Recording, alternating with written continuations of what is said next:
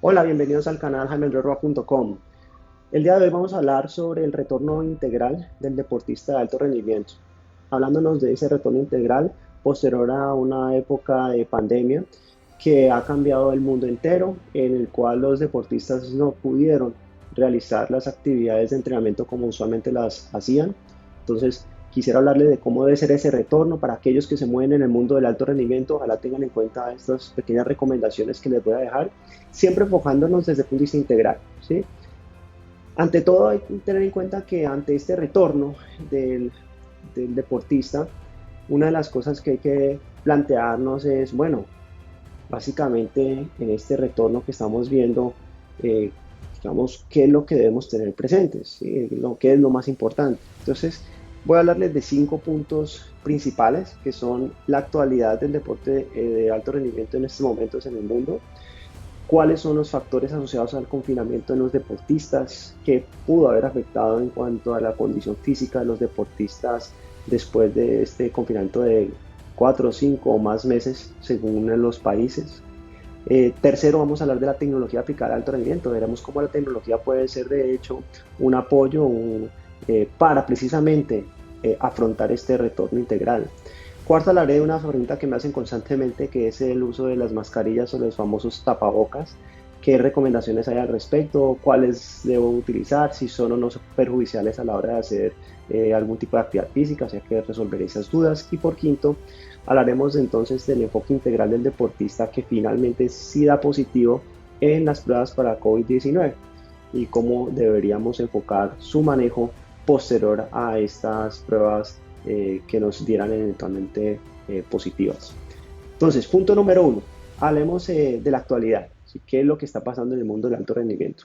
Ya tenemos varias ligas que ya han finalizado, como la Liga Española, la Liga Alemana, sobre todo en aquellas ligas en Europa en donde se retornó con mayor, digamos, rapidez si la comparáramos a otros países.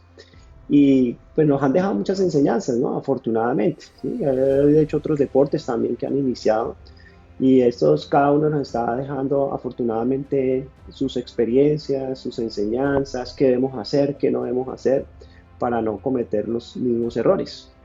Entonces, una de las preocupaciones que siempre había sido abordadas desde que se visualizó la posibilidad del retorno al alto rendimiento eh, y ha sido pues de hecho comentada por múltiples autores en diferentes artículos académicos a nivel mundial. Este es uno de ellos, por ejemplo. Y si uno se pone a analizar básicamente cuáles son las recomendaciones a tener en cuenta en este retorno, nos damos cuenta que la realidad nos enfoca muy distintos al deportista de alto rendimiento comparativamente a la persona que simplemente hace ejercicio por salud. Son, digamos, poblaciones muy diferentes. Hay que tener en cuenta que como nos vamos a enfocar en el deportista de alto rendimiento, tengamos presente que el principal objetivo de ellos es el resultado, ¿sí? Buscar otra vez obtener resultados a través de la competición. Y estos deportistas que venían acostumbrados a competir constantemente, pues ya no están compitiendo o venían sin competencia. Muchos no han podido entrenar grupalmente hasta hace poco, ¿sí? En muchos escenarios, de hecho, tampoco encontramos que hubieran pruebas de control antidopaje, cosa que también no se puede olvidar que en el deporte de alto rendimiento hay que tener en cuenta. Y la idea del retorno es tener en cuenta todos estos, digamos, estas situaciones que nos van a afectar para bien o para mal este retorno integral. Si uno ve, digamos, las estrategias que se han de pronto descrito para los deportistas de alto rendimiento en esta pandemia, uno ve que, digamos, hay muchas situaciones que, digamos, están descritas y que son muy parecidas las unas a las otras. Si uno va, por ejemplo, a Europa, entonces hay recomendaciones del retorno, del regreso en el fútbol europeo. Vamos acá en Colombia sobre los protocolos de retorno para los deportistas en diferentes federaciones. Vamos a protocolos, por ejemplo, en España, que también diseñaron varias recomendaciones en cuanto al retorno. Pero digamos que si uno mira, esta es, por ejemplo, una australiana sobre precisamente también recomendaciones en este país. Pero la verdad, uno se pone a analizar cada una de estas recomendaciones y siempre uno ve, pienso yo, algo muy en común. y es el riesgo principalmente de las lesiones. Eso es lo que uno normalmente ve.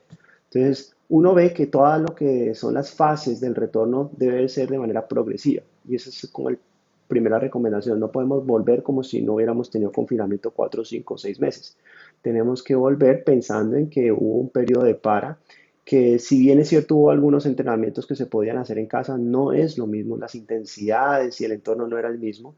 Así que lo primero que hay que tener en cuenta es que sin importar cualquier protocolo a nivel mundial que uno observe, siempre encontramos una situación que era común a todas y era, número uno, que debe ser por fases, debe ser un retorno progresivo, no debe ser de inmediato, con el objetivo de ir reacondicionando el cuerpo pues precisamente a todo lo que conlleva el poder hacer su deporte a nivel del alto rendimiento.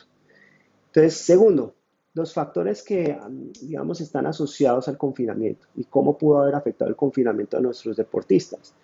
Yo lo resumo en cinco. El primero es que hubo un gran desentrenamiento, como les decía previamente, no era lo mismo entrenar en casa versus el entrenamiento en campo, el que está acostumbrado normalmente el deportista de alto rendimiento. Hay un detalle que de pronto la gente no conoce y es las horas que permanece uno sentado en el día. Ya estudios han demostrado que estar acumulado durante el día más de 6 horas sentado, no tienen que ser continuas, ¿sí? Puede ejercer efectos que son deleterios o nocivos para nuestra calidad de vida y entre ellos puede inclusive aumentar el riesgo cardiovascular a futuro. De modo que estando en casa hay que tener en cuenta que estábamos más tiempo sentados, mucho, probablemente mucho más de 6 horas sentados. Y esto en un deportista de alto rendimiento eventualmente lo va a afectar, sobre todo a nivel tanto cardiorrespiratorio como a nivel musculoesquelético. Y eso es un factor que más allá de si está entrenando en casa o no, debe tenerse presente cuando empecemos ya a retornar a nuestras actividades deportivas convencionales. Lo segundo es el estrés emocional. A veces la gente se olvida de que durante esta pandemia, sobre todo a comienzos, había mucha angustia, mucha ansiedad, y no solo por la pandemia en sí, sino por los factores inherentes al confinamiento, como era la parte económica, los salarios que se vieron suspendidos, los contratos que posiblemente se vieron suspendidos. Inclusive mucha gente que en el medio del deporte posiblemente dejó de percibir cualquier cantidad de dinero que anteriormente recibía. De modo que ese estrés, esa angustia, la parte del mercado, de si salir o no a mercar, todo eso genera una angustia y un estrés emocional que eventualmente también afecta el rendimiento deportivo. En tercero, la parte nutricional. Muchos deportistas no comían de la misma manera, no se alimentaban de la misma manera de lo que de pronto hacían cuando estaban en concentraciones con sus respectivos clubes, ligas, equipos.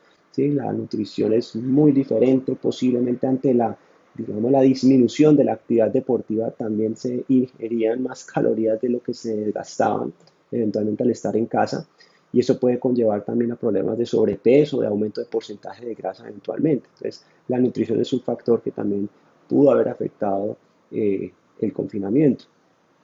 Cuarto es la calidad del sueño. No todos, en gran parte también por la misma angustia y la misma ansiedad, no todos tenían la misma calidad del sueño. Y el sueño es un factor que hoy en día se sabe que es de lo más importante en la recuperación y en los procesos de adaptación de un atleta o de un deportista. Entonces, si no tenemos una buena calidad del sueño, no se dormía de la misma manera, esto eventualmente a los deportistas de alto rendimiento eventualmente puede afectarlos negativamente. Y por último, y esto aplica sobre todo para los deportes en donde principalmente se maneja larga duración, deportes como el ciclismo de ruta, inclusive el triatlón, entre otros, se pueden haber afectados el hecho de estar confinados a una altura sobre el nivel del mar que no les confiere las adaptaciones propias de la altitud, como la parte del aumento de los glóbulos rojos en la sangre, mejoramiento de la oxigenación a nivel musculoesquelético, entre muchas otras adaptaciones que conlleva el entrenarse sobre todo a alturas por encima de los 2000 metros sobre el nivel del mar. Peor aún si se compite a altitudes mayores de 2000 metros sobre el nivel del mar. Entonces, aquellos que no tuvieron esa oportunidad de poder estar confinados en las altitudes ya mencionadas, puede también eventualmente ejercer efectos en donde se disminuyen estas adaptaciones y eventualmente cuando retorna a la competición se van a ver notoriamente afectados. Eso principalmente lo vimos con los ciclistas en Europa que tenían su hogar a alturas muy por debajo de los 1000 metros sobre el nivel del mar, posiblemente casi que al nivel del mar, y ellos no podían entrenarse como normalmente lo hacen con bloques de entrenamiento en altitud. Entonces, eso es otro de los factores que de pronto los van a afectar en su retorno y tienen que pasar por un proceso de readaptación a la altitud si esa fuese su idea. Una de las cosas más interesantes es que el riesgo de lesión fue lo primero que llamó la atención en el retorno, ¿no?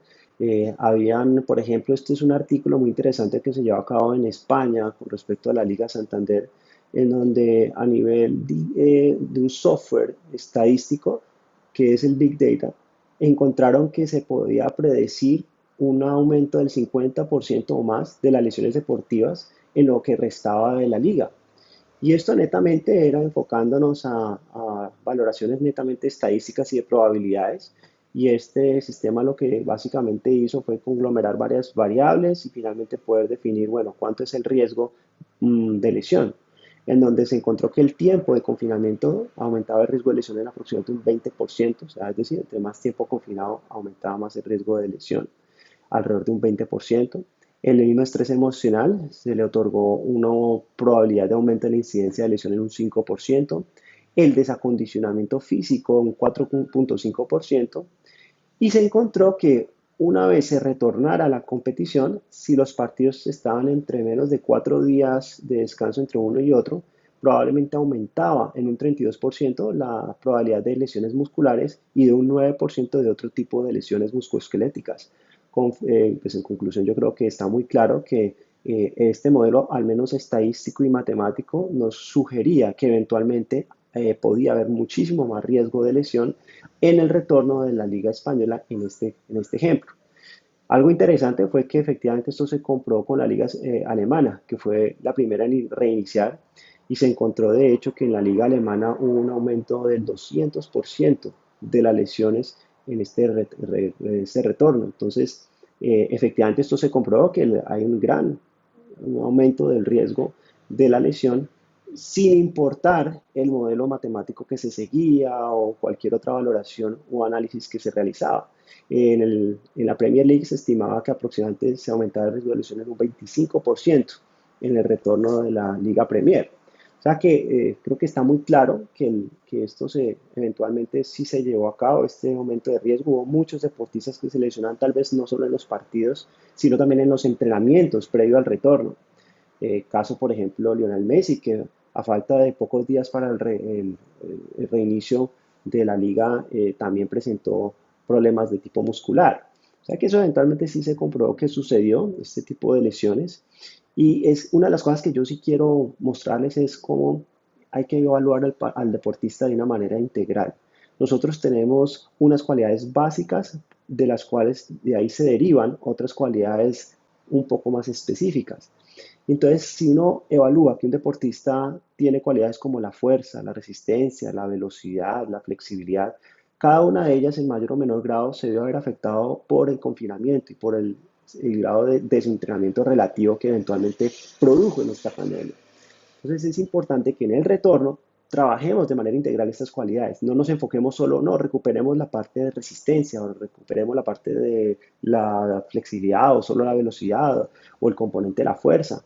Eventualmente, inclusive todas estas cuatro variables están de hecho integradas o de alguna manera surgen a partir del entrenamiento neuromuscular, que sería con lo que uno normalmente debería arrancar, ¿no? Que es el entrenamiento de la propiocepción, del equilibrio, de la coordinación, que hacen parte, digamos, de estos cimientos que de por sí de a partir de ahí se van a ir, digamos, desarrollando estas otras actividades o estas otras habilidades.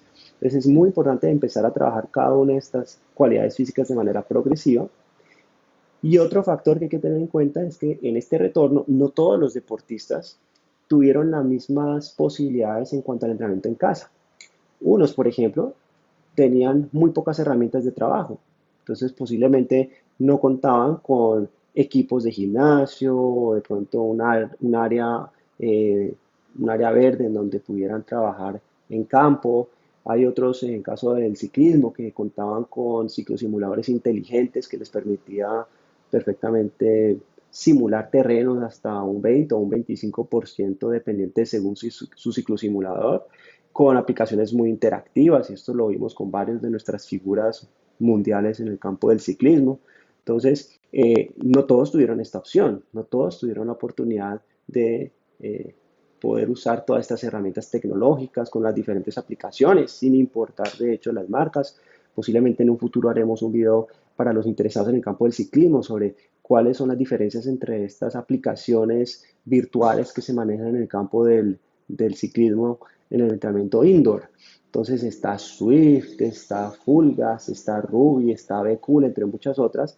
Cada una tiene sus, digamos, sus fortalezas y yo creo que sería interesante ese tema tocarlo en un futuro video. Pero es que otros deportistas, de pronto ciclistas, tuvieron solamente la opción de un rodillo convencional. Pues no es lo mismo comparar estos dos tipos de entrenamientos si vamos a empezar a pensar en un posible retorno a la competición. Así que la recomendación que yo les dejo es que apenas llega un deportista o un grupo de deportistas de nuevo a sus entrenamientos habituales en campo, es muy importante saber en qué punto llegan, porque van a encontrar que va a haber mucha discrepancia entre unos y otros. Pueden ser parte del mismo equipo, del mismo club, de la misma liga, pero se van a encontrar que van a llegar muy diferentes en cuanto al estado físico, en cuanto al estado de todas estas habilidades o capacidades que yo les mencionaba previamente. Entonces hay que empezar a evaluar cada una de estas capacidades y a cada uno de estos deportistas a ver en qué punto llega y en qué punto llega la resistencia cardiorrespiratoria de este deportista, cómo llegó de fuerza, cómo llegó eventualmente de velocidad, todas las cualidades que yo según mi deporte considero que vale la pena evaluar. Y solo a partir de esta evaluación podríamos saber cómo es que nosotros perfectamente podríamos progresar en su plan de entrenamiento. Entonces, es algo que está establecido ya por muchos autores que a las 2 o 4 semanas de cesar entrenamientos hay una marcada disminución en cuanto al rendimiento. O sea, esto está más que demostrado. Entre ellas hay una disminución del VO2 máximo, el consumo máximo de oxígeno. Hay una disminución del volumen sanguíneo del deportista. Hay cambios en cuanto a la parte de la hipertrofia cardíaca, la parte, digamos, de crecimiento del corazón también se ve modificada, disminución de la hemoglobina, por ende también eventualmente del hematocrito. Hay una disminución de la capilarización muscular, de ese riego sanguíneo que llega a los músculos. Posiblemente hay alteraciones en la termorregulación, las adaptaciones que teníamos en cuanto a poder aguantar mejor o peor el calor o la altitud también se va a ver alterada. Entonces, eso es algo a tener en cuenta. Y eventualmente hay reducciones en la diferencia arteriovenosa de oxígeno, es decir, la diferencia de oxígeno entre arterias y venas, que posiblemente al verse disminuida nos va eventualmente a afectar el consumo máximo de oxígeno. También encontramos que el desentrenamiento nos conlleva una disminución de la actividad oxidativa de las enzimas en los músculos. Hay una disminución de la flexibilidad, hay atrofia muscular, hay inclusive disminución de índices neuromusculares. La parte del entrenamiento neuromuscular se ve notoriamente afectada, produciendo una disminución posiblemente de la propiocepción, de la coordinación. Y en cuanto a la parte de las fibras musculares, hay una transición de las fibras musculares tipo 2, que son básicamente las que son rápidas, poco resistentes a la fatiga, y se van transformando, va viendo una transición hacia fibras tipo 1, que en teoría son más resistentes a la fatiga, pero son lentas. Entonces esa parte de la explosividad en los deportes que requieren explosividad, velocidad, puede verse notoriamente afectado el rendimiento. Por lo tanto, entonces se requieren programas de reacondicionamiento y readaptación integrales que tengan en cuenta todas las capacidades. Deben ser progresivos, individualizados. Si yo tuviera la opción de individualizar el entrenamiento de cada uno en el retorno, probablemente tendría menor riesgo de que se me vayan a lesionar. ¿Sí? Y lo importante es que este proceso de readaptación pueda durar aproximadamente 6 a 8 semanas, que sería como un tiempo prudencial para empezar a ver mejorías en este punto. ¿Sí? Entonces, ojalá que ese reentrenamiento sea muy progresivo, no llevarlo tan rápido de ser posible. Y la idea es tratar en lo posible pues, de controlar las máximas variables fisiológicas en cada uno de estos deportistas dentro de este proceso de readaptación. Punto número 3, a tocar. Bueno, ¿cómo lo logramos? ¿Cómo podríamos eventualmente entonces controlar todas las variables fisiológicas de los deportistas para disminuir el riesgo de lesión? Entonces la propuesta es, hombre, usemos la tecnología. Hoy en día la tecnología aplicada al rendimiento deportivo ha evolucionado muchísimo, sobre todo en los últimos 5 o 10 años. Hoy en día contamos con relojes frecuenciómetros que nos miden múltiples variables, como el caso de marcas como Garmin, que me pueden medir el VO2 máximo, que me pueden medir la calidad del sueño, me pueden medir varios índices que son importantes a la hora uno de poder evaluar cómo va el proceso de reacondicionamiento o el proceso en fin de entrenamiento, ¿sí? Cómo están las cargas. Entonces, la idea es apoyarnos en estas tecnologías. En el caso del fútbol y en algunos deportes de conjunto, tenemos la posibilidad de usar monitores GPS que nos permiten evaluar precisamente cargas en los entrenamientos. Entonces, eso es una alternativa también adicional, sin importar la marca del monitor GPS que utilicen. Miramos aceleraciones, desaceleraciones, cómo está la parte de la carga durante el entrenamiento y después las cargas posteriores que se van sumando día tras día y semana tras semana. Entonces, estos monitores GPS que tienen muchas variables que también pueden evaluar, pueden ser también de gran utilidad a la hora, pues, a la hora de poder analizar en detalle todas estas variables que pueden finalmente potenciar el rendimiento de un deportista. Incluso, posiblemente no muchos conozcan, hay software especiales. Eso, por ejemplo, es un software que se llama Zone 7 o Zona 7, que es un software de inteligencia artificial que se ha aplicado sobre todo en Estados Unidos, en Europa, que básicamente utiliza la inteligencia artificial para poder predecir si hay o no mayor riesgo de lesión de un deportista.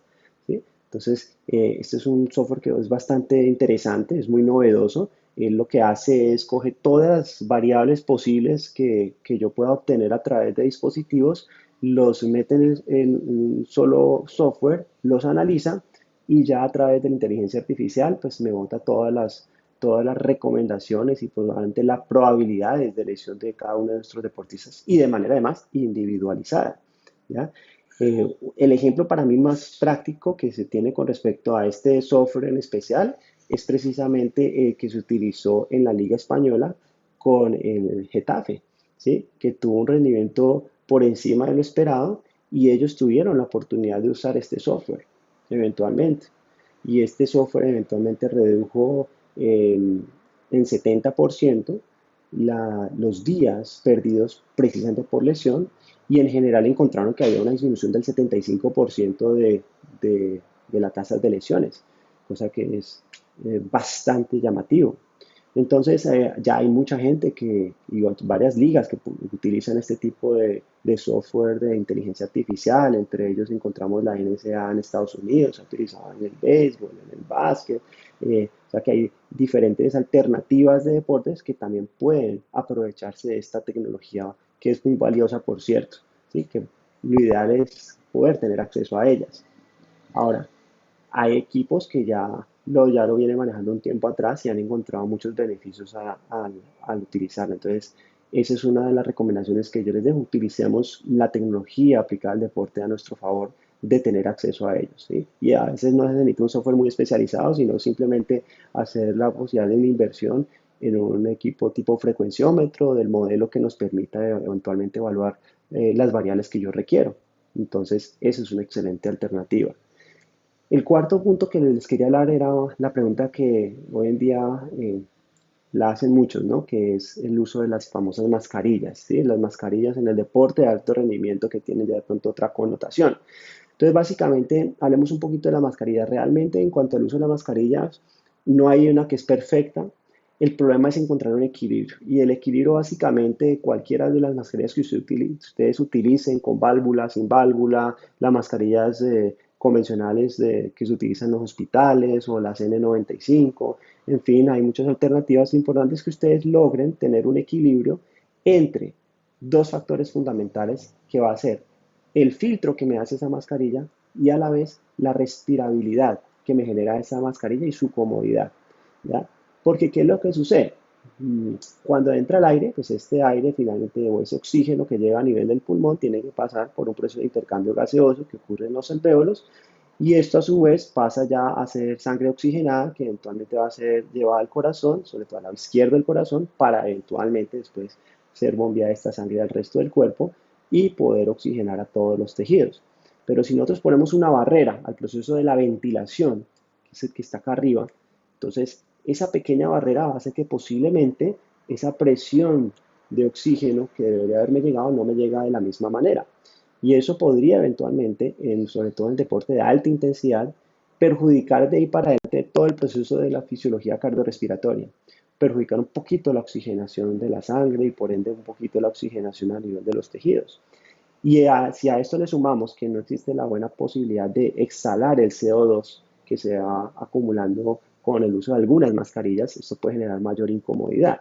Entonces, si nosotros tenemos en cuenta la fisiología que hay detrás a nivel de la parte cardiorrespiratoria, podríamos inferir, bueno, qué tan o no efectivas o qué tan o no peligrosas pueden ser el uso de estas mascarillas. Entonces, la conclusión básicamente es hay que encontrar el equilibrio entre comodidad, filtración y respirabilidad. ¿Sí? El problema es que muchas veces tenemos una máscara con mucho filtro, como las N95, pero no genera mayor respirabilidad. Entonces, en un deportista que está en campo, posiblemente su rendimiento puede verse un poquito alterado y además la comodidad. Entonces, eso va a conllevar a que se toque la mascarilla, se la corra, se la quite, lo cual obviamente aumentaría el riesgo de una posibilidad de contagio del COVID-19. Entonces, tiene que ser una mascarilla que sí tenga buen filtro, pero que permita cierta respirabilidad y que por ende genere también comodidad. Aparte que además el sudor cuando estamos practicando alguna actividad física puede también humedecer estas máscaras y las máscaras pueden generar incomodidad o perder su efectividad.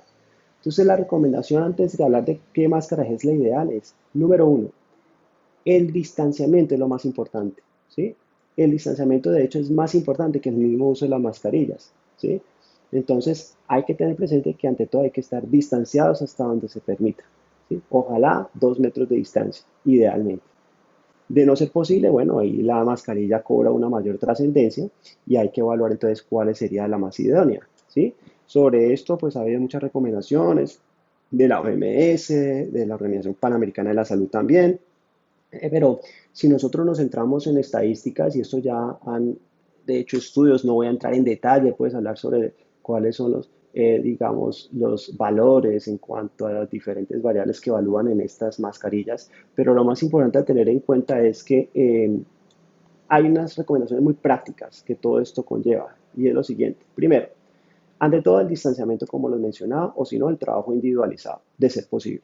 Segundo, el uso de la máscara es obligatorio en todos los escenarios comunitarios, donde estemos en un escenario comunitario, fuera de un hospital, es obligatorio y de hecho hace parte de la normatividad gubernamental en muchos países. Tercero, se recomienda el uso de mascarillas o de tapabocas cuando se realiza actividad física leve a moderada y su intensidad y su duración es más o menos entre 1 a 2 horas. Esa sería como, hay una recomendación en cuanto a la parte de actividad física de moderada a baja intensidad. Sobre el uso de las mascarillas en actividades de alta intensidad o mayores de 1 o 2 horas, el uso ya puede ser controvertido. Lo importante es siempre respetar las medidas de distanciamiento o si no practicar de manera individual y vigilar los síntomas que produce el uso de estas mascarillas en estas intensidades tan altas, porque como les decía, si no hay una adecuada respirabilidad por parte de la mascarilla, nos puede generar mareos, molestias, incomodidad, ¿sí? Falta de oxigenación aparente que el cuerpo con el tiempo lo empieza a sentir y eso afecta finalmente el rendimiento de la sesión de entrenamiento. Entonces, aunque el uso está controvertido, si toca usarlos, no hay otra alternativa. Y en ese orden de ideas, para que tengan cierta respirabilidad y un muy buen filtro, las recomendaciones sobre el uso de mascarillas se basan en tres posibilidades. O usar las mascarillas de tela con filtro de polipropileno, que sería una muy buena opción, y ojalá tuvieran doble filtro de polipropileno. O en una segunda instancia, sería, digamos, la segunda opción, no la primera, pero sí la segunda, las mascarillas o tapabocas de algodón. Y en una tercera línea está la posibilidad de usar mascarillas de poliéster, ¿sí?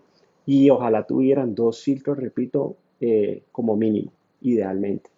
Eso es como para podernos proteger de posibilidad de contagio, pero a la vez generar cierta respirabilidad.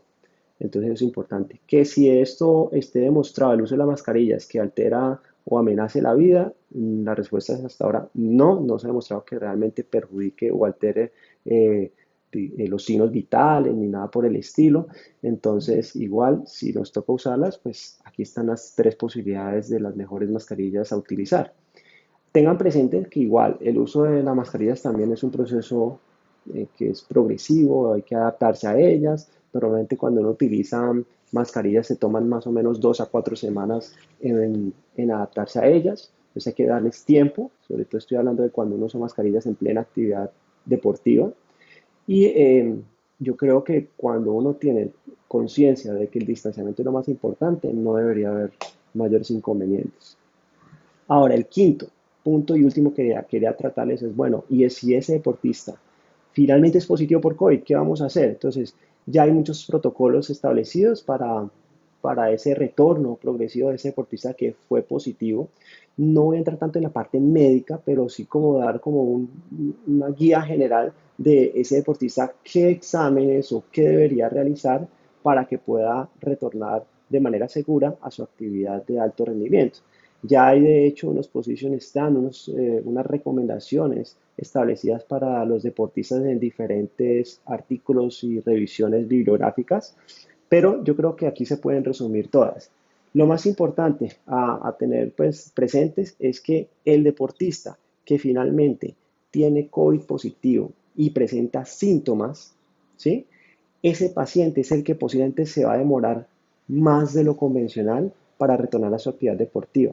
Entonces, si tiene síntomas, hay que preguntar si es con neumonía o si no tiene neumonía, porque básicamente acá lo que se sigue es la regla de cada 2 semanas. Es decir, si tiene neumonía, probablemente se demore aproximadamente 4 semanas en retornar, siempre y cuando todo salga muy bien y el deportista salga adelante.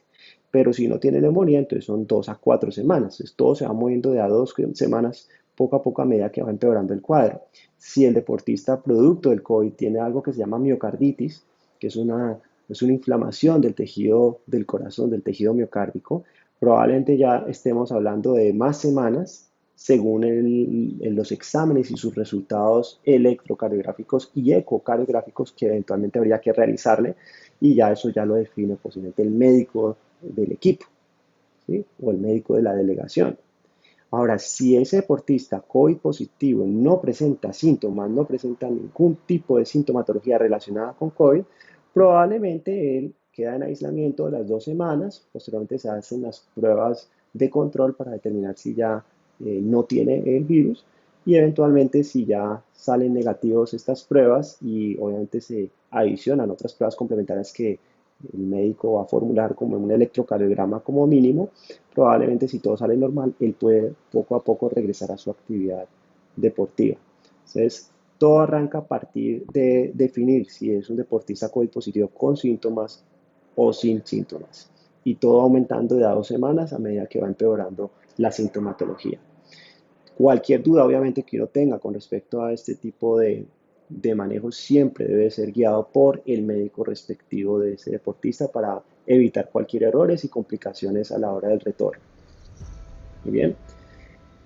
Básicamente, esa era como las recomendaciones que yo les quería dar en cuanto al retorno seguro de la actividad deportiva. Entonces, en resumidas cuentas, número uno, el distanciamiento social es lo más importante. De no ser posible el distanciamiento social por ser un deporte de conjunto, entonces aplicar todas las medidas necesarias para poder entrenar de manera segura, y entre ellas está generar como una especie de burbuja y aislar a todo ese equipo de la posibilidad de ser infectado a través de terceras personas. Esto es algo trascendental. Segundo, tengamos presente que hay que tener mucho autocuidado. Hay que tener las medidas de higiene claras, el uso de las mascarillas, el lavado de manos, no puede olvidarse. Tercero, que eventualmente en la readaptación deportiva integral se demoran unas 6 a 8 semanas para que evitemos o disminuyamos al menos al máximo el riesgo de lesión. Cuarto, apoyémonos en la tecnología aplicada al deporte para poder tener mayor probabilidad de análisis de variables fisiológicas que nos va a potenciar el rendimiento y nos va también a disminuir el riesgo de lesiones.